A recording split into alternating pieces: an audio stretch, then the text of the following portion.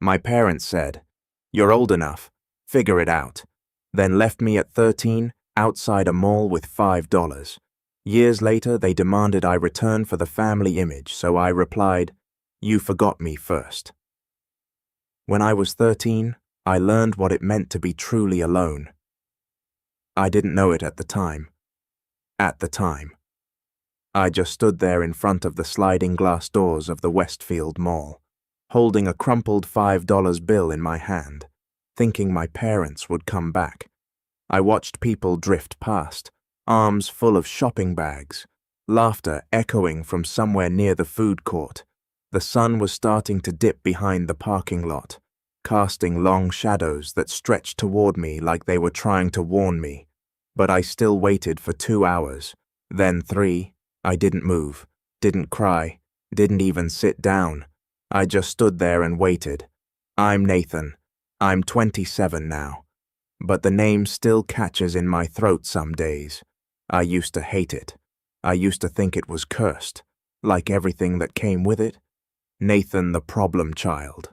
Nathan the ungrateful one. Nathan the liar. But it's mine.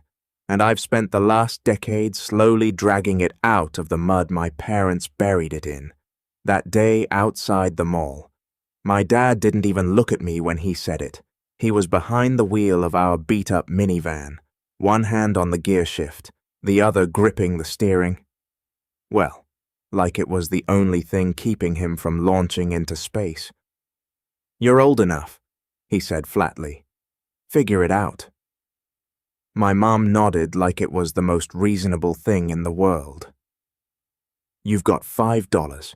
Be smart with it." And just like that, the door clicked shut. The van pulled away without so much as a glance in the rear-view mirror. No bag, no phone, no explanation, just me. The pavement under my sneakers, and a slowly spreading chill I'd later learn wasn't about the weather. It wasn't the first time they'd pulled something like that. Not really. Looking back, the signs were all there. My parents were the kind of people who treated children like burdens with an expiration date. The second we could walk, we were expected to act like adults. I say we. But it was really just me. My younger sister, Daisy, was their golden child. She could throw a tantrum in the middle of church, and they'd coo over how spirited she was. Meanwhile, if I so much as spilled a glass of milk, I'd get the cold stare, the one that made me feel like a cockroach under a magnifying glass. Growing up in that house meant learning quickly when to speak and when to disappear. I don't remember ever being hugged, not once. No bedtime stories, no school plays, no scraped knees kissed better. Just chores, silence, and long stretches of time trying to be invisible. I became good at it. By the time I was 10, I could cook a full meal, get Daisy ready for school, clean the house top to bottom, and still get blamed when Dad's coffee wasn't hot enough. There was always a reason I didn't measure up. I was too sensitive, too lazy, too dramatic. When I got sick in 4th grade and missed 2 weeks of school, my mom called me a little hypochondriac. I had pneumonia, the mall incident, though that was the moment the invisible line I hadn't realized existed snapped for good. That night, I walked to a nearby gas station and sat on the curb until it got too cold. I ended up in the bathroom at the Greyhound station, locking myself in one of the stalls and curling up on the seat with my jacket over my knees. I cried without making a sound. It was the first night of many where I would sleep with one ear open. Eventually, a social worker got involved. A janitor found me curled up in that same stall 2 days later and called someone. They contacted my school, who pulled up my record, saw my absences, and flagged it. But my parents were good liars.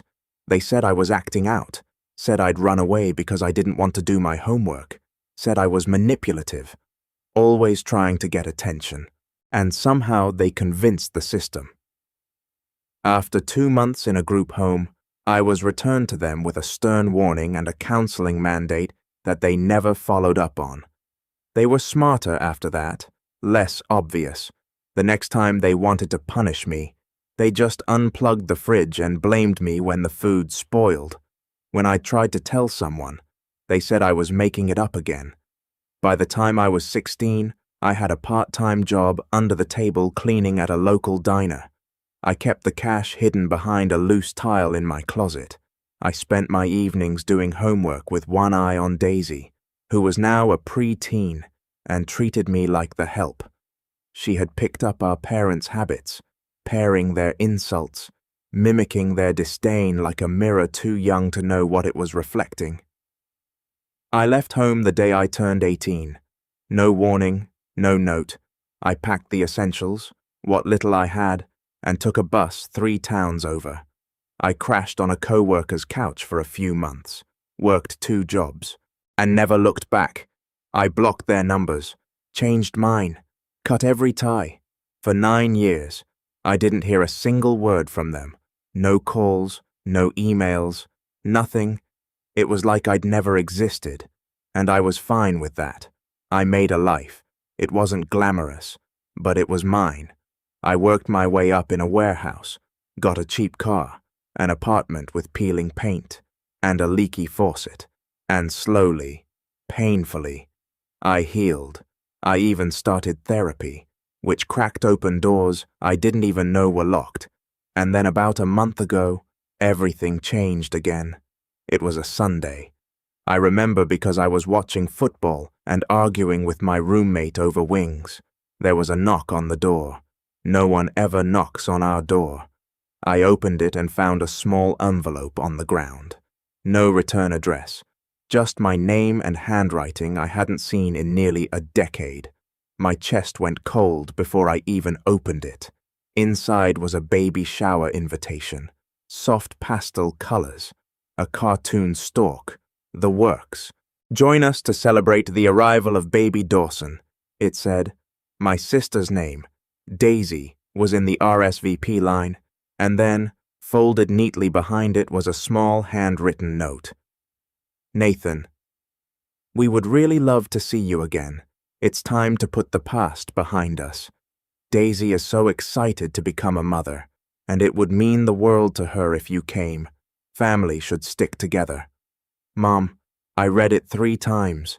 I didn't even realize I was shaking until the paper fluttered in my hand. Family should stick together. Now they wanted me back, after all the silence, all the pain, all the nights I spent hungry and alone.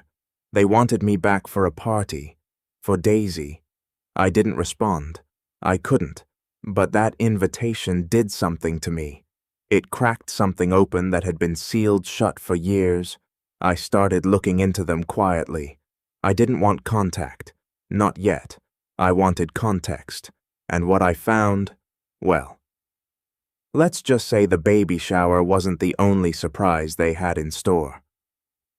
Turns out, my family hadn't changed.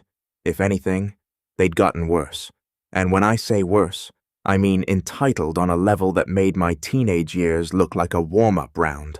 That was when I decided I wasn't going to ignore it anymore. They wanted me back in their lives. Fine, but not the way they expected, not even close. And that's when the plan began. I didn't RSVP, I didn't text, didn't call, didn't send a card. I just sat with that note for days, letting it simmer. There was something so surreal about seeing her handwriting again, slanted and stiff, like she was forcing kindness into every loop and curve, like she was trying to make herself seem warm and maternal on paper. The same hands that had once ripped up my school project because it wasn't presentable enough were now writing about forgiveness and fresh starts.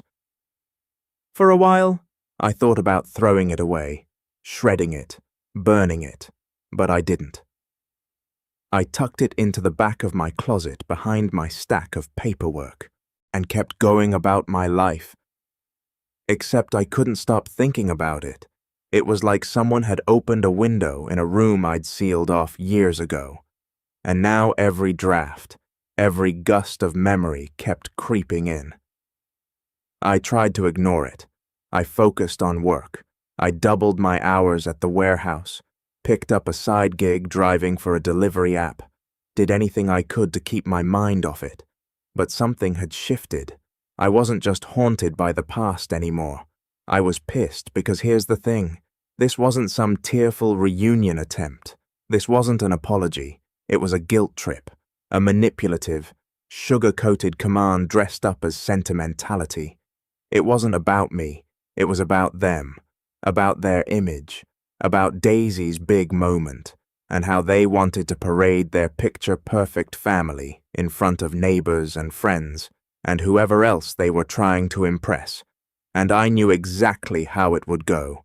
I'd show up. People would smile and gasp and say things like, "Oh my God, Nathan, we've heard so much about you." My mother would tear up, clutch my arm, and whisper about second chances while my father stood off to the side like some grizzled martyr. Daisy would smile and thank me for coming as if she hadn't spent most of her teenage years calling me garbage boy, whenever I came home from my diner shift smelling like grease, and I would stand there nodding, smiling, pretending like it didn't hurt, pretending like I hadn't spent years unlearning the idea that I was disposable, but I didn't want to pretend anymore. So I started digging. It began small social media mostly. Daisy had a public Instagram filled with curated pastel posts, ultrasound photos, aesthetic bump selfies, DIY nursery updates, everything captioned with sparkly emojis, and hashtags like #mamatubi and #blessed. She'd grown into the kind of influencer-like personality I could barely stand. Everything overly filtered, every sentence dripping with humble brag. But behind the captions, I saw glimpses of truth. There were photos of my parents at her baby announcement. Mum had her arms around Daisy's waist, beaming like she'd just won the lottery. Dad stood stiffly beside them, same expression he always had, like he was doing the world a favor by being present. I clicked through comments, friends gushing, acquaintances congratulating, and then I saw one from someone named Tessa Jean 92. "So happy your family is there for you. Babe, your brother better show up or I'll riot. LOL. Tessa, her best friend from high school. I remembered her. She used to glare at me like I was a stray dog whenever she came over. I kept scrolling. There were more posts. A video tour of the nursery, mint green walls, alphabet decals, and a crib that probably cost more than my monthly rent. And then, in one of the older posts, a comment from Mama Kathy official. Yes, my actual mum. Complete with a cheesy family recipe profile bio. "So excited to spoil this baby the way you deserve. Sweetheart. You've always been our shining light." That was it. That comment. "You've always been our shining light." I remember staring at those words and feeling something inside me snap. Not loudly, not dramatically, just a quiet, clean crack, like the last thread in a rope finally giving out. Because, yeah, I'd always known there was favoritism, but seeing it laid out, written in digital ink for the world to see, made it feel like more than just a bad memory. It was proof that all those times they said I was imagining it, exaggerating, making myself the victim. It was all a lie. I didn't know what I was going to do with that anger yet, but I knew I wasn't letting it go. A few days later, I got another letter. This one wasn't as polite. No envelope, just a folded note shoved into my mailbox with barely legible writing. "Stop being selfish. Your sister needs you. Show up or don't bother ever coming back." No signature. But I knew that scrawl. It was my dad's. I read it 3 times. I didn't cry. I didn't scream. I just sat on my apartment floor, the paper crumpling slightly in my fist, and stared at the wall for what felt like hours. Selfish. That word hit harder than I expected. It was a word I'd heard all my life, Anytime I said I was tired, anytime I asked for help, anytime I so much as hinted that I wasn't okay. You don't know what we sacrifice for you. Nathan, you think the world owes you something just because you had a bad day. You're selfish, always thinking about yourself. And now here it was again, like a ghost. I realized something then. This wasn't about reconciliation. It never had been. This was a performance, a carefully choreographed show where I was expected to play the prodigal son, returning just in time to be photographed beside Daisy's pastel balloon arch. I decided I needed more than just social media glimpses, more than passive aggression from my dad. I needed to see them, really see them. So, I drove back, not to talk, not to knock on the door, just to look. It had been almost a decade since I'd seen the house. I didn't even know if they still lived there, but when I pulled onto that familiar street, heart pounding, there it was, the same beige siding, the same crooked mailbox, the same cracked driveway. They'd added a wreath to the door and some tasteful garden gnomes, but it was still the same house, the house where I learned to shrink myself. I parked down the block and just watched. About 20 minutes later, the front door opened. Daisy stepped out, waddling slightly under her pregnancy weight, phone pressed to her ear. She laughed at something, gestured with her free hand, and waved as someone pulled into the driveway behind her. It was my parents. Mom got out first, carrying a bag from some baby boutique. Dad followed slower, holding what looked like a box of diapers. They looked older, obviously, but not by much, still put together, still playing the part. They smiled, hugged her, kissed her forehead. And I watched it all from my car, heart thudding like a war drum. They looked happy. Oh, like they hadn't left a piece of their family outside a mall a decade ago. Something about that moment burned itself into my memory. I left before they saw me. I didn't know what I was going to do next, but I knew I couldn't ignore it anymore. Then the real betrayal came. It was a Wednesday night. I got home from work, checked my email, and saw a subject line that made my stomach drop. Urgent. Family legal matter. Estate planning. It was from a lawyer. At first, I thought it was spam, but the address checked out. I opened it, scanned the contents, and felt my vision blur. The email wasn't about someone dying.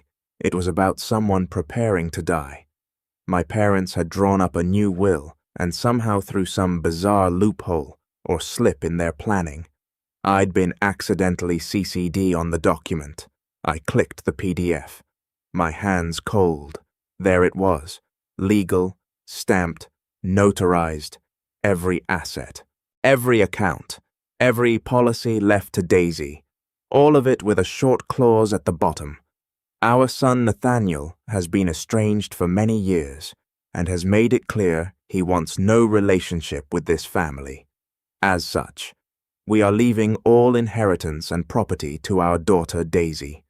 No mention of the circumstances, no mention of abandonment. Just that I was estranged, like it was my choice.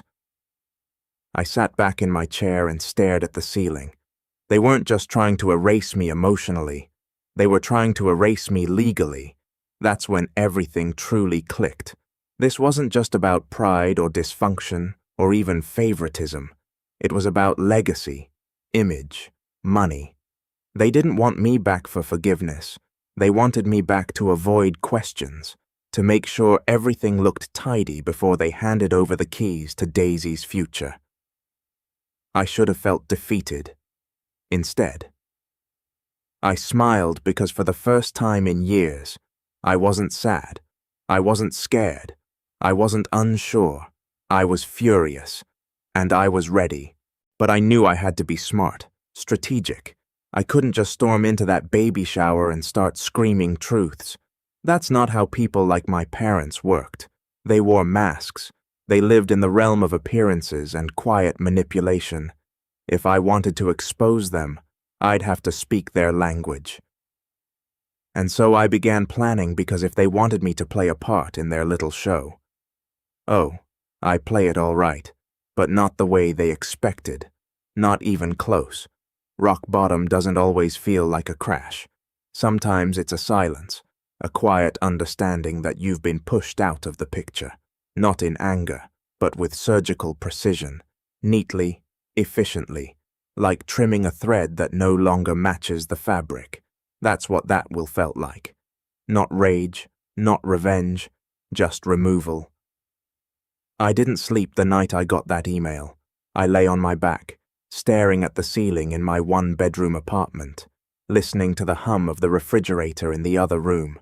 I tried to tell myself I was overreacting, that maybe it was standard legal language, that maybe it didn't matter, but it did, because they'd reduced me to a footnote, a parenthetical, a disclaimer on their clean, perfect legacy.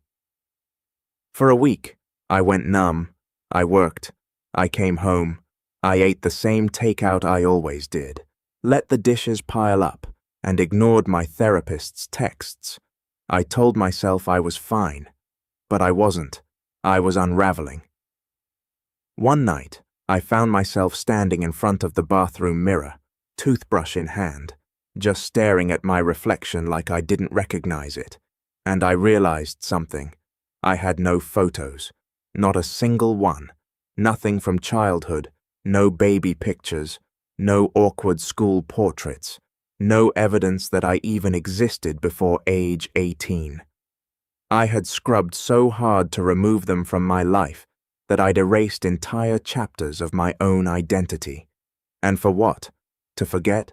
To survive? Maybe. But in the process, I'd forgotten something else, something bigger, who I was without them, not just the absence of abuse, not just the freedom from judgment, but me. So, I decided to find out. It started small. I pulled out an old spiral notebook and made a list, not of goals, just questions, things I didn't know the answers to anymore. What kind of music do I actually like? What food do I eat when no one's watching? What would I do if I wasn't trying to prove anything to anyone? What kind of man do I want to be? And the most terrifying one of all, what if I'm not broken? That question clung to me for days. So, I started testing it. I changed my daily routine, woke up an hour earlier, walked instead of drove, cooked a real meal instead of microwaving something in plastic. I turned on a playlist I didn't recognize and let it play through. Some of it I hated, some of it, surprisingly, I didn't. Then, I did something I hadn't done since I was a teenager. I drew nothing fancy, just sketches, scribbles in a cheap sketch pad I picked up from the corner store, faces, hands, shadows on walls. I didn't even know I remembered how, but the muscle memory came back like it had just been sleeping. It was the first time in years I felt present. The rise wasn't instant. It wasn't even steady. I had setbacks, days I couldn't get out of bed, days I drowned in flashbacks, days I questioned everything again. But I kept going. Therapy helped. I finally texted my therapist back, and we started meeting twice a week. I told her about the letter, the will, the baby shower. She didn't judge. She didn't tell me what to do. She just listened and asked one question that shifted everything. If you weren't raised by your parents, what would you tell someone who was? That question messed me up for days because the answer was obvious. I'd tell them, you deserved better. And the moment I said those words out loud to myself in the mirror, quietly, like a secret, I cried harder than I had in years, ugly shaking sobs that came from somewhere deep in my chest. I curled up on the floor and just let it happen, because for the first time, I wasn't crying for what I'd lost. I was crying for me, the kid who'd been left at the mall, The boy who tucked his own birthday card into the trash so his parents wouldn't feel guilty. The teenager who flinched when someone raised their voice. Even in a movie, I cried for all of them. And when I was done, I got up, splashed cold water on my face, and started again. Around that time, my job at the warehouse took a turn. One of the floor managers left unexpectedly, and they opened up applications internally. I didn't think I had a shot. I didn't have a college degree, just years of experience and a solid work ethic. But something in me said, try. So, I did. I stayed up late reworking my resume. I asked a friend to help me practice interview questions. I went into that meeting with sweat on my palms and knots in my stomach. But I didn't downplay myself. I told the truth. I'd been with the company for almost a decade. I'd done every job on that floor. I knew how to fix broken systems, how to train new hires, how to keep morale up when half the staff wanted to quit. They gave me the job. It wasn't glamorous. It didn't come with a corner office or a fat bonus, but it came with respect, and for once, I felt like I'd earned something that no one could take away. I bought myself a new desk chair, a ridiculous, expensive one, just because I wanted it. I laughed the whole way home, carrying it up the stairs. The promotion came with a small raise, too. Enough to finally get out of the peeling paint apartment and into something a little nicer. I found a quiet place across town with hardwood floors, actual sunlight, and a little balcony.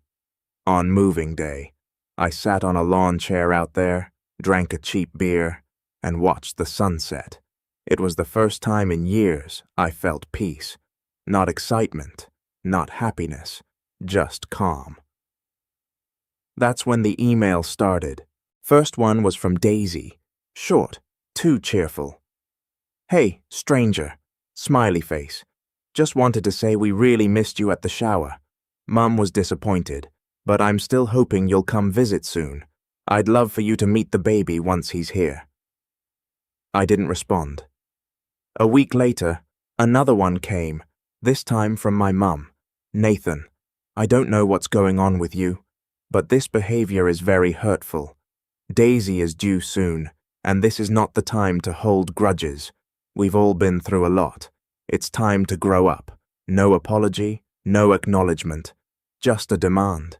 It was like watching the same play I'd seen as a child. Same script, different props, but I was done playing the extra. Then came the kicker. A voicemail from my dad. He hadn't called in years. Not once, but I guess old habits die hard. His voice was clipped like he was forcing himself to speak through gritted teeth. Nathan, I heard you got a promotion. Good for you, but don't let it go to your head. This family's been more than patient. If you don't want to be involved, fine. But don't come crawling back when things go south. You made your bed. I played it twice. Not because I needed to hear it. Just because I wanted to remind myself what his voice sounded like when it wasn't yelling.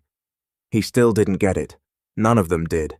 They thought I was still that same kid waiting outside the mall, clutching $5, hoping someone would come back. But I wasn't. Not anymore. I didn't respond. Not to the voicemail. Not to the emails. I let the silence speak for me. Instead, I focused on what mattered. I kept working. I kept drawing. I made new friends, real ones, not co-workers, who just talked about the weather. I met a girl at an art supply store. Her name was Lena.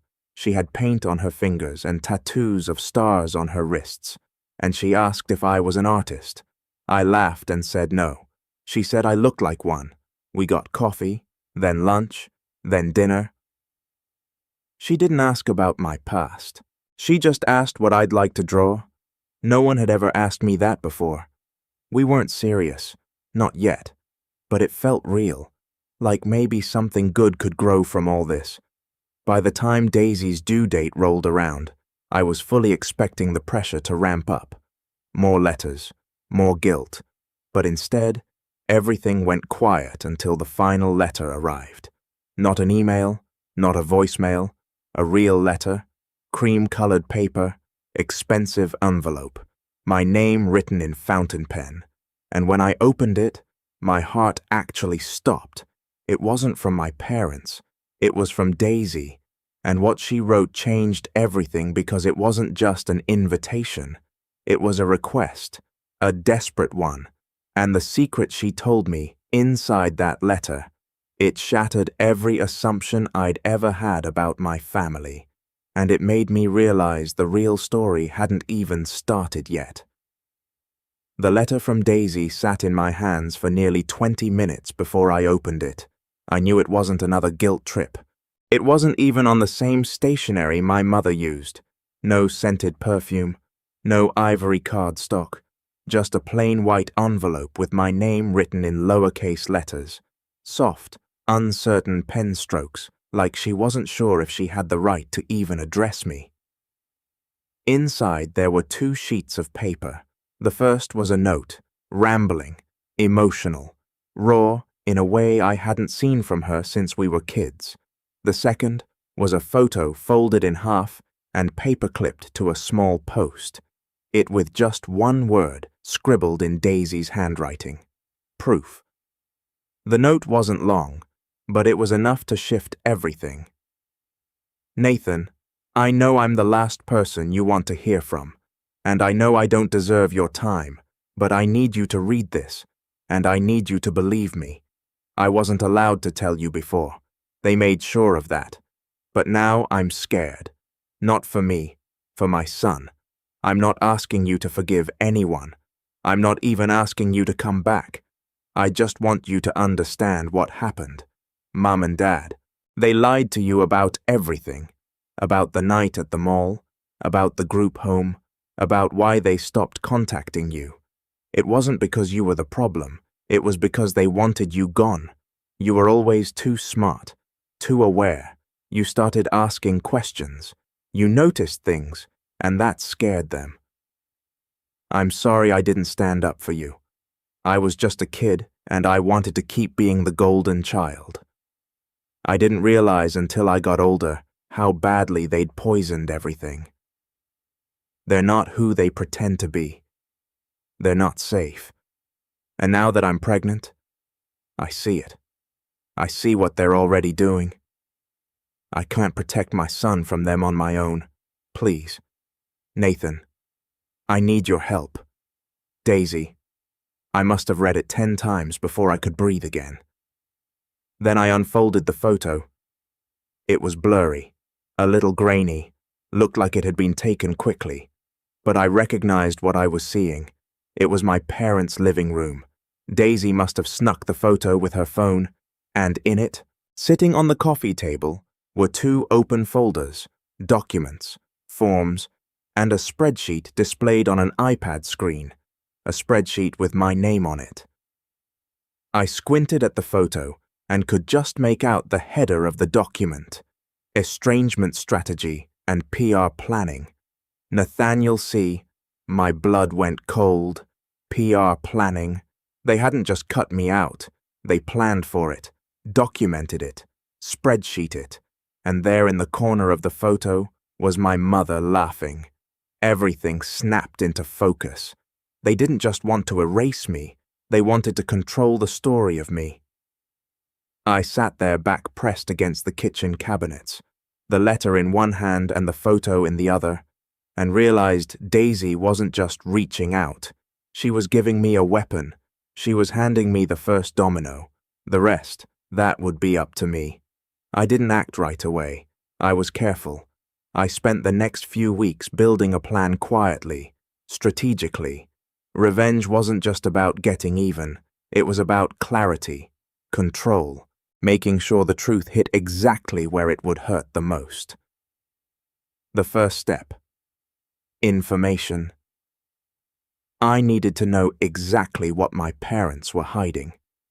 So, I called in a favor. Back when I worked those 2 jobs to survive, I befriended a guy named Marcus, big dude, former IT tech who fell into freelance cybersecurity work after getting blacklisted from a firm for refusing to scrub financial documents for a crooked CEO. Marcus didn't talk much, but he owed me years ago. I covered his rent for 2 months when he nearly got evicted. He answered on the second ring. "Nate," he said. "You're alive barely." I said. "You still do recon?" He snorted. "What? Like digital stalking or moral gray area hacking?" "Both. Whose skeletons?" "My parents." That got his attention. I told him what I needed: emails, financial records, social media accounts, public and private, any cloud backups.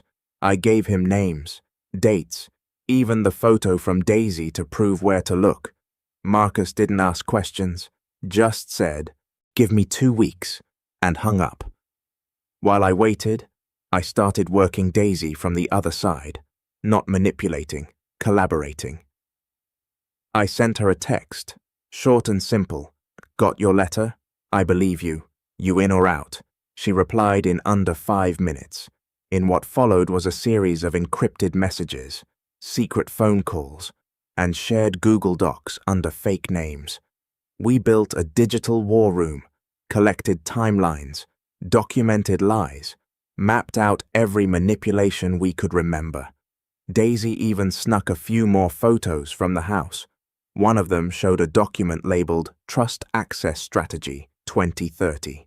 Another was a printed email from their lawyer outlining narrative control for when my father passed, with specific instructions on how to spin the family history for sympathy and maximize donations to a foundation I'd never heard of.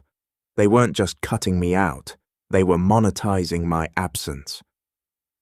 A week later, Marcus came through. He dropped everything into an encrypted folder labeled Ghost File, and what I found inside was worse than I expected.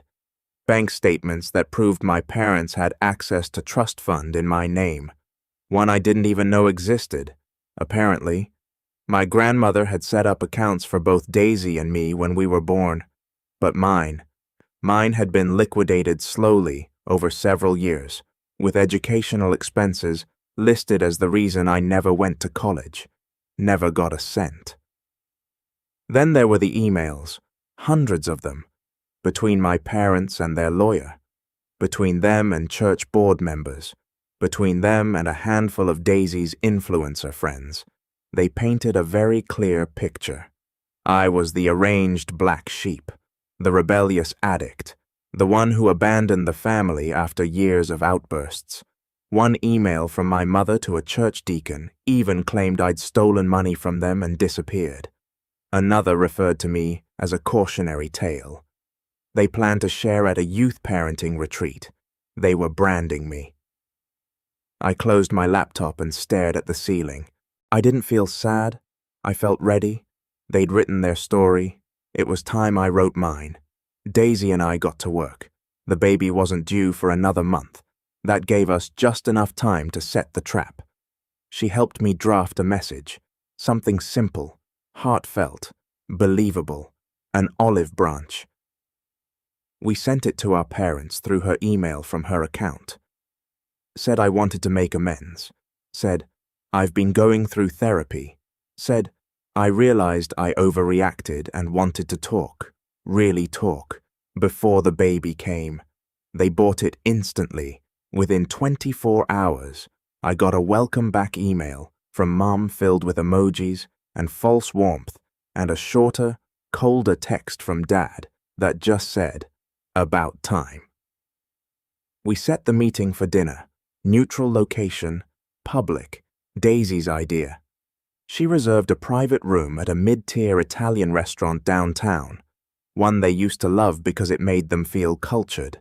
I showed up early, wore a clean button-down, ordered sparkling water, try not to throw up from the nerves. They walked in 10 minutes late. Mom was dressed like she was going to church. Dad looked like he always did. Pressed shirt, tense jaw, disapproving eyes. They sat, didn't smile, just waited. I took a breath and began. I've been doing a lot of thinking, I said, and I want to understand what happened between us. I want to hear your side, They lit up. My mother launched into a speech so rehearsed it could have won an Emmy about how difficult I'd always been, how they tried their best, how they were only human. My dad nodded at all the right times, occasionally adding a comment like, "You always pushed people away," or "You made your choices. I let them talk." For 22 minutes, I said nothing, just nodded, took notes on a pad I brought. Then I said, "Thank you. That helps." They smiled and I smiled back because the mic in my breast pocket had picked up everything. After dinner, I texted Daisy one word. "Got it," she replied with a thumbs up. Then sent the final piece of the plan, a group invitation link to her baby's digital memory book. It looked sweet on the surface, full of scanned ultrasound photos, journal entries, even short videos, but buried in the second-to-last tab was a video-marked message for my son. In it, Daisy spoke plainly to her unborn child, about her past, about her brother, about the lies. It was raw, emotional, and devastating. She didn't name names, but she didn't have to. Anyone who knew the family would understand exactly who she meant. And at the end she said, "I want you to know that bravery doesn't always look loud. Sometimes it's just telling the truth when no one wants to hear it." Then she added a password lock. She gave the password only to the people who mattered, quietly, selectively, including a local journalist and me. I had my own plan in motion, one involving their lawyer, their church board, their donors, and the trust fund they never thought I'd find out about. But this wasn't revenge yet. This was just the setup. The game board was in place and my parents had no idea they were already checkmated. I had spent weeks preparing for the moment. Everything would snap into place. But when the day finally came, it felt almost quiet, like the air itself was holding its breath. I wasn't the scared kid outside the mall anymore. I wasn't the invisible teenager tiptoeing around a house that only tolerated me. I was a grown man with evidence, allies, and a plan that had been stitched together with cold precision. The first blow didn't come from me. It came from the journalist.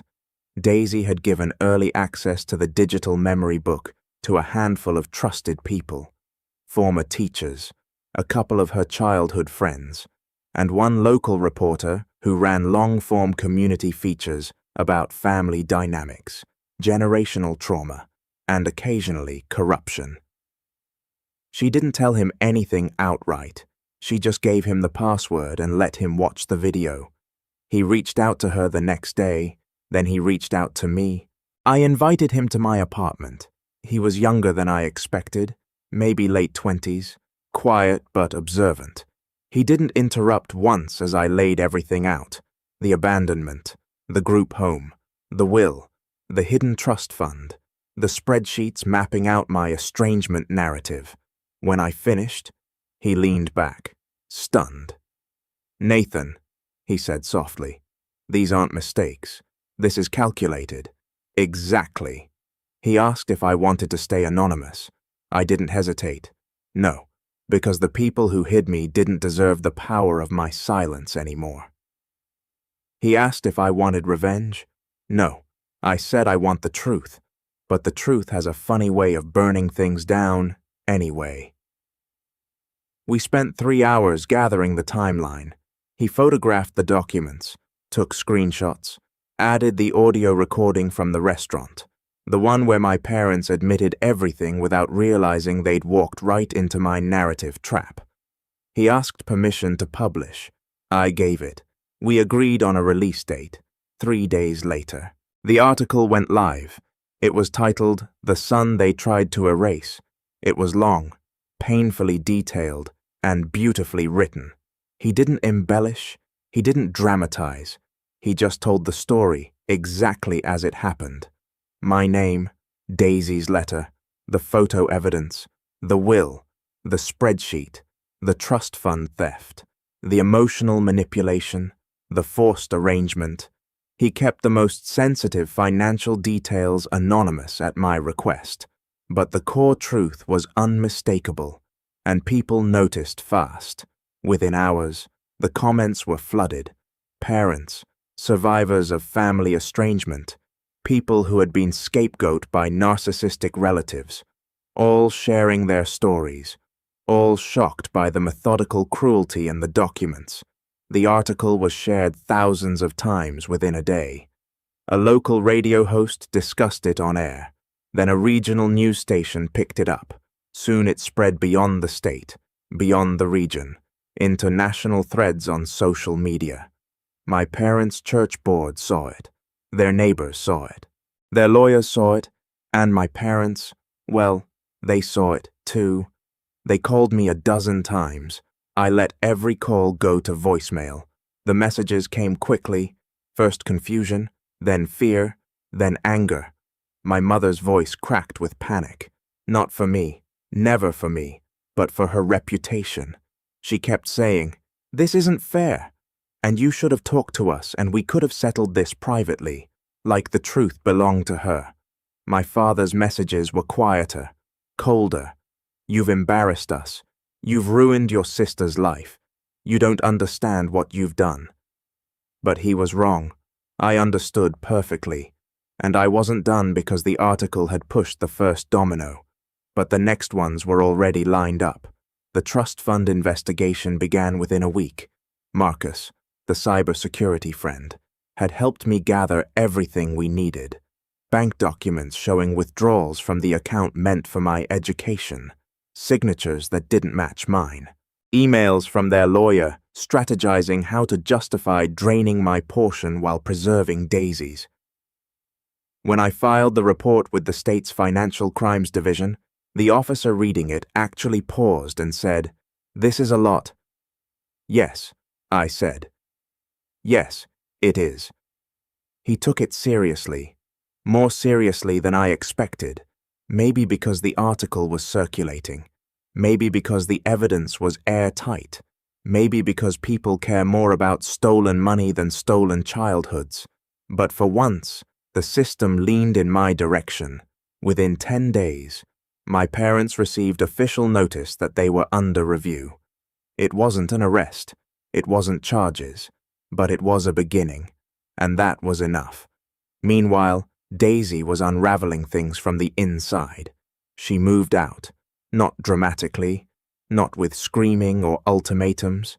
She just left, went to stay with a friend from her prenatal class, told our parents that stress wasn't good for the baby, that she needed space, that she didn't trust them. My mother spiraled. My father grew silent.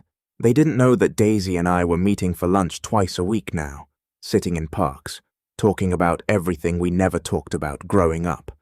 She cried more than once, quietly, apologetically, but I never asked her to stop. I wasn't angry at her, not anymore. Anger requires intention. She had been a child, too, shaped by the same people who shaped me, just molded differently, rewarded instead of punished, worshipped instead of ignored, raised to believe she was superior without ever being taught how to be kind. But adulthood had softened her, and motherhood terrified her. Not because of the baby, but because she finally understood the weight of raising a child and realized how badly ours had been raised. "I don't want him growing up like we did," she said one afternoon, hand on her stomach. "I don't want him thinking love is something you earn." I didn't know what to say, so I just put my hand over hers. That was the rise I never expected. Not a victory, a reconnection, a small, quiet reclaiming of something that wasn't dead after all. The final blow came when the church board called an emergency meeting. Someone on the board had seen the article. They demanded a review of my parents' leadership roles because, yes, they held positions there. Positions that gave them influence, credibility, and a stage from which they'd been preaching about family values for years. The board requested a copy of the will, then the lawyer emails, then the financial records. My parents refused. The board insisted. And suddenly, the cracks widened. They were quietly removed from their positions. Pending investigation, the church newsletter, the one my mother practically lived for, announced new interim coordinators. My mother stopped calling me then, not out of acceptance, out of shock. She didn't understand how the story had slipped out of her hands. My father left one final voicemail. Not angry, not accusatory, just tired. "You won," he said quietly. "I hope you're satisfied." But he was wrong again. I hadn't won. I hadn't been trying to. This wasn't a battle for victory. This was a battle for truth. A battle to reclaim space in a story that was supposed to belong to me. And that battle I had finished. Not triumphantly, not dramatically, just completely. 3 weeks later, Daisy went into labor. She didn't call our parents. She called me. I drove her to the hospital, stayed outside the delivery room, held her baby boy an hour after he was born. He had her nose and a tiny tuft of dark hair. She named him Jonah. When her friend came to visit, she asked who I was. Daisy smiled softly and said, "This is my brother, the one I told you about, the good one." I swallowed hard, didn't say anything, but in that moment, I felt something loosen in my chest, something that had been knotted for 15 years. Not forgiveness, not healing, just release. The next morning, I got a final email from my mother, a short one, just 2 sentences. "We don't understand why you're doing this. Please don't contact us again." I read it once, then deleted it. She wanted the last word, but she didn't get it because the life I'd built, the truth that was out there, the family I chose to keep, that was my final word. And as I walked out of the hospital that morning, sunlight warming my face, I realized something simple and powerful. They hadn't abandoned me at 13. They'd freed me. They just didn't expect I'd learn how to live without them. But I did, and I wasn't going back. Not now,